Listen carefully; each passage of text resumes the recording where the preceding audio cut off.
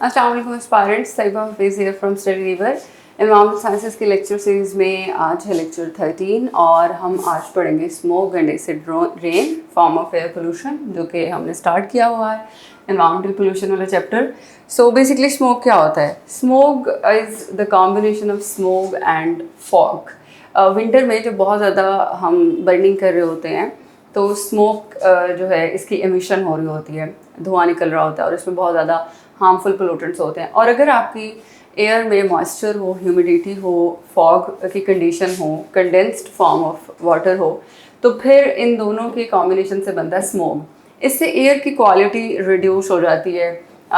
इससे क्या होता है, विजिबिलिटी एयर में रिड्यूस हो जाती है। इस एयर का जो कलर है वो थोड़ा ब्राउन सा, हेजी सा हो जाता है और आपको फील होता है आपकी एयर में कुछ है। जब आप सांस ले रहे होते हैं तो आपको इरिटेशन हो रही होती है, नोज़ में भी, नेक में भी, आपका जो थ्रॉट है उसमें। तो और इससे जो है वो बहुत ज़्यादा फिर फीवर, फ्लू, इन्फ्लुएंजा और इस तरह की चीज़ें सामने आती हैं। अच्छा, अब स्मोक की दो फॉर्म्स हैं, सल्फोरस स्मोक और फोटोकेमिकल स्मोक। ये क्या होता है? सल्फोरस स्मोक में सल्फ़र के कंटेंट ज़्यादा होते हैं, जो पोल्यूटेंट्स होते हैं उसमें सल्फ़र ज़्यादा होता है। क्यों? क्योंकि जो सल्फोरस स्मोक है ये विंटर में ज़्यादा पाई जाती है। जब बहुत ज़्यादा बर्निंग होती है, जो बेसिकली आपका स्मोक होता है, सल्फ़र उसमें ज़्यादा पाया जाता है। तो उस वक्त ज़्यादा एमिशंस हो रही होती हैं जो बर्निंग की वजह से हो रही होती हैं या कंबस्टन प्रोसेस की वजह से हो रही होती हैं, उसमें सल्फ़र का कंटेंट ज़्यादा पाया जाता है। तो जो फिर स्मोक बनती है एयर में उसको हम बोलते हैं सल्फोरस स्मोक। इसमें ये विंटर कंडीशंस, विंटर वेदर में होता है, कोल्ड कंडीशंस होती है, हवा ज़्यादा नहीं चल रही होती और बर्निंग ऑफ फॉसिल फ्यूल ज़्यादा होती है। और इसकी फेमस एग्जांपल है लंदन स्मॉग, जो मैंने आपको हिस्ट्री वाले चैप्टर में पढ़ाई थी, जो एक इवेंट हुआ था लंदन में और फिर उसके बाद पूरा इन्वायरमेंटल मूवमेंट चली थी। और जो फोटोकेमिकल स्मोक है, फोटोकेमिकल स्मोक में नाइट्रोजन के कंपाउंड ज़्यादा पाए जाते हैं, नाइट्रोजन के पोल्यूटेंट्स, नॉक्स। ये समर वेदर में ज़्यादा होता है, वेदर ड्राई होता है, आपका सनलाइट बहुत ज़्यादा होती है, तो आपकी एयर में वोलेटाइल ऑर्गेनिक कंपाउंड्स पाए जाते हैं। वोलेटाइल ऑर्गेनिक कंपाउंड्स का मतलब होता है ऐसे हार्मफुल कंपाउंड्स जो खुद ब खुद जो है जिनका रिएक्शन हो रहा हो, वो वोलेटाइल होते हैं, वो खुद ही से इवापोरेट कर रहे हो, खुद ब खुद रिएक्ट कर रहे हो, इनको बोलते हैं वोलेटाइल ऑर्गेनिक कंपाउंड्स। ये भी एमिशंस से ही आपकी एयर में शामिल होते हैं। तो नाइट्रोजन के कंपाउंड्स, वोलेटाइल ऑर्गेनिक कंपाउंड्स और सनलाइट की प्रेजेंस में ये रिएक्ट करते हैं और इससे बनता है स्मोक। और इसके साथ ना एक और चीज़ बनती है O3, ओजोन। लेकिन ये बैड ओजोन कंसीडर होती है क्योंकि ओजोन हमें लोअर एटमॉस्फेयर में नहीं चाहिए, वो हमारे लिए हार्मफुल है, उसको हम ब्रीद नहीं कर सकते। ये हमें अपर एटमॉस्फेयर में चाहिए जहाँ पे ये सन की अल्ट्रावायलेट रेज को ज़मीन पे आने से रोकती है। तो ये मिलके बनाती है स्मोक। अच्छा, अब इसके सोर्सेज जो हैं वो मैंने डिस्कस कर लिए थे हम लोगों ने। इम्पैक्ट्स हर चीज़ सेम है, मैंने बस आप लोगों को स्मोक का कॉन्सेप्ट देना था। बेसिकली स्मोक क्या होता है, आपने इसको किस तरह से डिफाइन करना है, स्मोक की दो फॉर्म्स कैसे होती हैं, क्या होती हैं और वो कैसे बनते हैं, ठीक है। बाकी जब आपका ये क्वेश्चन आएगा पेपर में तो आपने इसको प्रॉपर एक्सप्लेन करना है कि ये एयर पोल्यूशन की एक फॉर्म है, इसके क्या सोर्सेज हो सकते हैं, इसके इम्पैक्ट्स क्या हैं, सोल्यूशन इसका हम लास्ट में पढ़ेंगे एसिड रेन के बाद। और जब मैं सोल्यूशन में जाऊंगी तो फिर हम पॉलिसी ऑप्शंस और बाकी सारी चीज़ों की भी बात करेंगे। अच्छा, नेक्स्ट हम एसिड रेन देखते हैं। एसिड रेन को मैं एयर पोल्यूशन में इसलिए डिस्कस करती हूँ क्योंकि बेसिकली जो पोल्यूटेंट्स होते हैं वो आपकी एयर में होते हैं। क्योंकि एसिड रेन में ड्राई डिपोजिशन भी हो सकती है, लेकिन अगर बारिश हो जाए तो वही वाले जो कंपाउंड्स जो आपकी एयर में होते हैं, जो एयर पोल्यूशन की वजह से होते हैं, वो बारिश के पानी में शामिल हो जाते हैं। तो जो आपकी रेन है वो एसिड रेन बन जाती है। इसका भी मैं आपको कॉन्सेप्ट ही समझाऊंगी। एसिड का क्या मतलब होता है? एसिड का मतलब होता है प्रेजेंस ऑफ हाइड्रोजन आयन। मतलब किसी भी चीज़ में अगर हाइड्रोजन आयन प्रेजेंट है तो वो एसिडिक इन नेचर होती है। जैसे फॉर एग्जांपल मैं HCl की बात करती हूँ, ये एक कंपाउंड है, इसको हाइड्रोक्लोरिक एसिड भी बोलते हैं, HCl।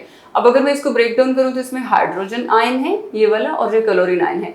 तो चूंकि इसमें हाइड्रोजन आयन प्रेजेंट है तो इसको मैं कहूँगी HCl। इसी तरह अगर मैं H2SO4 लिखूँगी, सल्फ्यूरिक एसिड, तो उसमें 2 हाइड्रोजन आयन प्रेजेंट हैं और एक सल्फेट आयन प्रेजेंट है, ठीक है। तो ये क्या हो गया? ये भी एसिड हो गया क्योंकि इसमें हाइड्रोजन। ये थोड़ी सी केमिस्ट्री का कॉन्सेप्ट है। इसको बोलते हैं प्रेजेंस ऑफ हाइड्रोजन आयन का मतलब होता है किसी चीज़ का एसिड होना। अब इसी को बोलते हैं pH। बेसिकली ये pH है। अब एक pH का ना एक स्केल होता है 0 से 14 तक। जो 7 होता है उसको हम न्यूट्रल बोलते हैं। यहाँ पे अगर किसी भी कंपाउंड की pH 7 है तो उसको हम न्यूट्रल बोलते हैं। वो ना तो एसिड होता है ना बेसिक होता है। 7 से बिलो अगर pH है तो वो एसिडिक होगा और 7 से अबव है तो बेसिक होगा।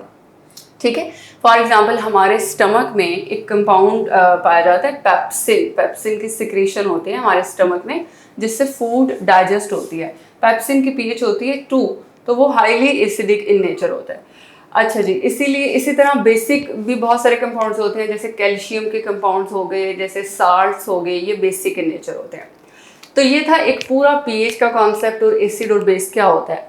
अब हर चीज़ की दुनिया में जितनी भी चीज़ें हैं, वो चाहे मेरीन वाटर है, ओशन वाटर है, फ्रेश वाटर है, ह्यूमन ब्लड है, वो चाहे प्लांट्स हैं, वो चाहे कोई फ्रूट है, वो चाहे कोई भी चीज़ है, उसकी अपनी एक pH होती है। वो एसिडिक भी हो सकता है, बेसिक भी हो सकता है।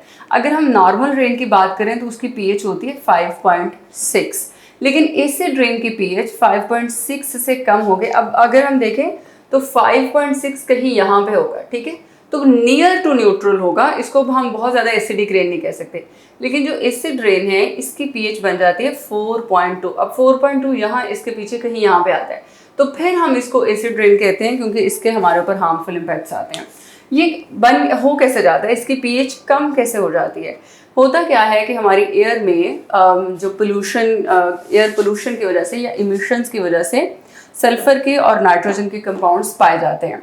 जैसे ही बारिश होती है तो एटमॉस्फेयर में ये सॉक्स और नॉक्स के कंपाउंड्स जो होते हैं ये रेन वाटर में शामिल हो जाते हैं और एसिड्स बना देते हैं। सल्फर के कंपाउंड है तो वो सल्फ्यूरिक एसिड बना देंगे, नाइट्रोजन के हैं तो वो नाइट्रिक एसिड बना देंगे। अब इनको हम बोलते हैं डिजॉल्व्ड एसिड्स क्योंकि ये वाटर में शामिल होते हैं। अब जब बारिश हो रही होती है बेसिकली वो ये डिजॉल्व्ड एसिड्स की हो रही होती है। बेसिकली एसिड जो है वो फॉल कर रहा होता है, जो प्रेसिपिटेशन होती है उसमें बहुत ज़्यादा एसिड होता है, डिजॉल्व्ड एसिड्स होते हैं, इस वजह से हम उनको बोलते हैं एसिड रेन। अब इसके सोर्सेज सेम होंगे, इसका इम्पैक्ट्स थोड़े से डिफरेंट है, मैं यहाँ पे डिस्कस कर लेती हूँ। इम्पैक्ट्स में जैसे फॉर एग्जांपल हम देखते हैं अब एसिड रेन हो रही है तो वो स्किन के लिए बिल्कुल, अगर आप उसमें जा रहे हैं या एनिमल्स हैं या इवन प्लांट्स हैं तो वो या इवन आपकी ये बिल्डिंग्स हैं, जहाँ जहाँ पे एसिड रेन गिरेगी वो उसकी pH को चेंज करेगी और उसके ऊपर हार्मफुल इम्पैक्ट्स आएंगे। जैसे फॉर एग्जांपल प्लांट्स हैं, ठीक है, अब जो पौधे होते हैं उनके पत्तों में कैल्शियम बहुत ज़्यादा होता है, मैग्नीशियम बहुत ज़्यादा होता है, क्योंकि ये एक प्लांट है, ठीक है, ये प्लांट है। अब यहाँ पे ये अपनी फूड कैसे प्रिपेयर कर रहे हैं, ये सनलाइट भी इसको मिल रही है और कार्बन डाइऑक्साइड भी ये ले रहा है और इसके अंदर ये सारे इसके लीव्स हैं, तो यहाँ पे फोटोसिंथेसिस हो रही होती है। ऐसा ही ना, फोटोसिंथेसिस के प्रोसेस से प्लांट अपनी फूड खुद प्रिपेयर करता है, कार्बोहाइड्रेट्स बनाता है और फिर उसी को हम खाते हैं। अब ये जो इसका एक लीव अगर हम ले लें, एक लीव, इसके अंदर मैग्नीशियम होता है क्योंकि क्लोरोफिल की हेल्प से फोटोसिंथेसिस हो रहा होता है। प्लांट्स के अंदर क्लोरोफिल होता है जो फोटोसिंथेसिस करवाता है। उस क्लोरोफिल का जो इम्पोर्टेंट जो कंपोनेंट है वो है मैग्नीशियम और प्लांट्स के अंदर होता है कैल्शियम। अब कैल्शियम और मैग्नीशियम दोनों बेसिक इन नेचर हैं। इनके अगर ऊपर एसिड गिरेगा तो एसिड तो इसको जो है वो ख़त्म कर देगा, ठीक है, यहाँ से ये वॉश अवे हो जाएंगे क्योंकि एसिड और बेस जब मिलते हैं तो न्यूट्रल बन जाता है, वो एक दूसरे के इफेक्ट को दोनों ख़त्म करने की कोशिश कर रहे होते हैं, जिससे कैल्शियम और मैग्नीशियम अगर डिस्ट्रॉय हो जाएगा तो लीव्स का जो फंक्शन है वो डिस्टर्ब होगा। इसी तरह आप अगर मैरीन वाटर है या फ्रेश वाटर है उसके अंदर भी आपकी एक्वेटिक लाइफ होती है, वो भी एक पर्टिकुलर pH के वाटर में सर्वाइव कर सकती है। अगर एसिड रेन होगी तो फिर वहाँ के वाटर की pH भी डिस्टर्ब होगी और एक्वेटिक लाइफ के ऊपर। इसी तरह आपकी जो बिल्डिंग्स हैं इनके अंदर लाइम होता है, वो भी बेसिक इन नेचर होता है। अब अगर एसिड रेन होगी तो फिर वो भी वॉश अवे होगा। जैसे फेमस ताजमहल की आप एग्जांपल ले लें, एसिड रेन की वजह से उसका स्ट्रक्चर, टेक्सचर, उसका कलर सब चेंज हो रहा है। और जो statue of liberty in France है, इन यूएसए है, जो कि फ्रांस ने यूएसए को गिफ्ट दिया था इंडिपेंडेंस पे, तो उसका भी जो स्ट्रक्चर है और कलर है वो चेंज हो रहा है एसिड रेन की वजह से। ये तो थे इसके इम्पैक्ट्स। अब अगर हम सोल्यूशन पे आए, ओवरऑल एयर पोल्यूशन के मैं सोल्यूशन की बात करूं तो जब भी आप लोगों ने सोल्यूशन की बात करनी है, इन्वायरमेंटल साइंस में ये आप कहीं और भी अप्लाई कर सकते हैं इस कॉन्सेप्ट को। आप मिटिगेशन और अडेप्टेशन की बात करेंगे, ठीक है, क्योंकि सारे स्टूडेंट्स डायरेक्ट सोल्यूशन लिखना तो स्टार्ट कर देंगे, इससे आपकी अंडरस्टैंडिंग का पता चलता है। तो ये वाली छोटी छोटी चीज़ें होती हैं जो एग्जामिनर को इम्प्रेस करती हैं। मिटिगेशन का मतलब होता है कि आप किसी चीज़ के काज को टारगेट कर रहे हैं, ठीक है, आप उसकी रूट काज को ख़त्म कर रहे हैं ताकि उसका इम्पैक्ट ही आपके ऊपर ना आए। फॉर एग्जाम्पल, अगर मैं कहती हूँ कि एयर पोल्यूशन हो रही है क्योंकि इमिशंस बहुत ज़्यादा हो रही है, तो इमिशन कहाँ से हो रही है, मैं उसकी काज को ख़त्म कर दूंगी। मैं अगर कोल इस्तेमाल कर रही हूँ, फॉसिल फ्यूल इस्तेमाल कर रही हूँ, उससे बर्निंग हो रही है अपनी गाड़ियों में, जो मेरा इंजन हमारा जो फ्यूल है वो क्लीन नहीं है, तो फिर मैं उस फ्यूल को चेंज करूँगी ना, ताकि इमिशन ना हो, हार्मफुल गैसेस की इमिशन ना हो और एयर पोल्यूशन ना हो। तो मिटिगेशन में अब आप कास्ट को ख़त्म करते हैं ताकि उसका इम्पैक्ट आपके ऊपर ना आए। और अडेप्टेशन में अगर हम नहीं कुछ कर सकते, हमारे पास नहीं है अल्टरनेटिव फ्यूल, हम नहीं अफोर्ड कर सकते, तो हम अपने आप को इतना स्ट्रॉन्ग बनाएंगे, हम अपनी कैपेसिटी को इम्प्रूव करेंगे, हम उसको जो फाइट करने की एबिलिटी को इम्प्रूव करेंगे ताकि उसके ऊपर, हमारे ऊपर उसके इम्पैक्ट्स कम आए, ताकि हम उसके इम्पैक्ट्स को बेयर कर सकें। फॉर एग्जाम्पल, हम हेल्थ अपनी इम्प्रूव कर लेंगे, फॉर एग्जाम्पल अपना हमारा जो लाइफ स्टाइल है उसको चेंज कर लेंगे, फॉर एग्जाम्पल हम इलेक्ट्रिक व्हीकल ले आएंगे, तो हम कुछ ना कुछ ऐसा करेंगे जिससे हमारे ऊपर इम्पैक्ट कम आए। अब मिटिगेशन अगर हम देखें एयर पोल्यूशन के लिए, तो आपको फ्यूल चेंज करना पड़ेगा, आपको टेक्नोलॉजी एफिशिएंट लेके आनी पड़ेगी, जैसे मेंटेनेंस ऑफ व्हीकल होता है, आपका इंजन एफिशिएंट हो ताकि कंप्लीट जो है वो बर्निंग ऑफ फ्यूल हो, कंप्लीट कंबस्टन हो, इससे भी 10% हार्मफुल एमिशंस कम हो जाती है। आप अगर एग्रीकल्चरल प्रैक्टिसेस की बात करें तो आप जीरो टिलेज पे चले जाएं, आप अपनी लैंड को बहुत ज़्यादा प्रिपेयर ना करें ताकि एमिशंस ना हो, आप नो स्ट्रॉ बर्निंग पे चले जाएं। आपने हार्वेस्टिंग ऐसे करनी है जैसे कुबोटा मशीन का इस्तेमाल किया जा सकता है। पाकिस्तान में हमदर्द के नाम से भी एक नया इक्विपमेंट बनाया है, मुझे उसका पूरा नाम याद नहीं है। तो इस तरह की अगर आप मशीनरी यूज़ करेंगे जो आपके स्ट्रा को बिल्कुल रूट से कट करता है और आपको फिर उसमें बर्निंग की किसानों को ज़रूरत नहीं पड़ती, आप इलेक्ट्रिक व्हीकल पे शिफ्ट हो जाएं। पाकिस्तान में 2021 में जो पॉलिसी आई है जो कि प्रीवियस गवर्नमेंट ने में दी थी, उसमें यह था कि हम 2030 तक जो 30% व्हीकल्स हैं पाकिस्तान में वो हम इलेक्ट्रिक व्हीकल्स पे ले जाएंगे, इससे भी इमिशन कम होगी। अगर आप अडेप्टेशन की तरफ जाएं तो अडेप्टेशन में आपको अपनी इंडस्ट्रीज़ का, चिमनीज़ का, जो भी एमिशन वाली पाइप हैं, आपको उनका स्ट्रक्चर चेंज करना पड़ेगा। अच्छा, उससे क्या होगा, देखिए फॉर एग्जांपल ये आपकी चिमनी है ना, इस तरह से ये स्ट्रेट चिमनीज होती हैं जो भट्टे लगे होते हैं जहाँ पे ईंटें बनी होती हैं। पंजाब में ये बिजनेस सबसे ज़्यादा होता है, मोर देन 1100 इस वक्त भट्टे हैं पंजाब में, उससे बहुत ज़्यादा इमिशन होती है जिससे फिर एयर पोल्यूशन। तो यहाँ से इस तरह से धुआं इनसे निकल रहा होता है, ठीक है। अब आपने क्या करना है, चिमनी का जो स्ट्रक्चर है उसको कुछ ऐसा कर देना है, इससे क्या होगा कि एयर जब जारी होगी तो वो साइडों पर ट्रैप होती जाएगी, ठीक है, फिर इमिशंस बहुत ज़्यादा बाहर नहीं निकलेंगी।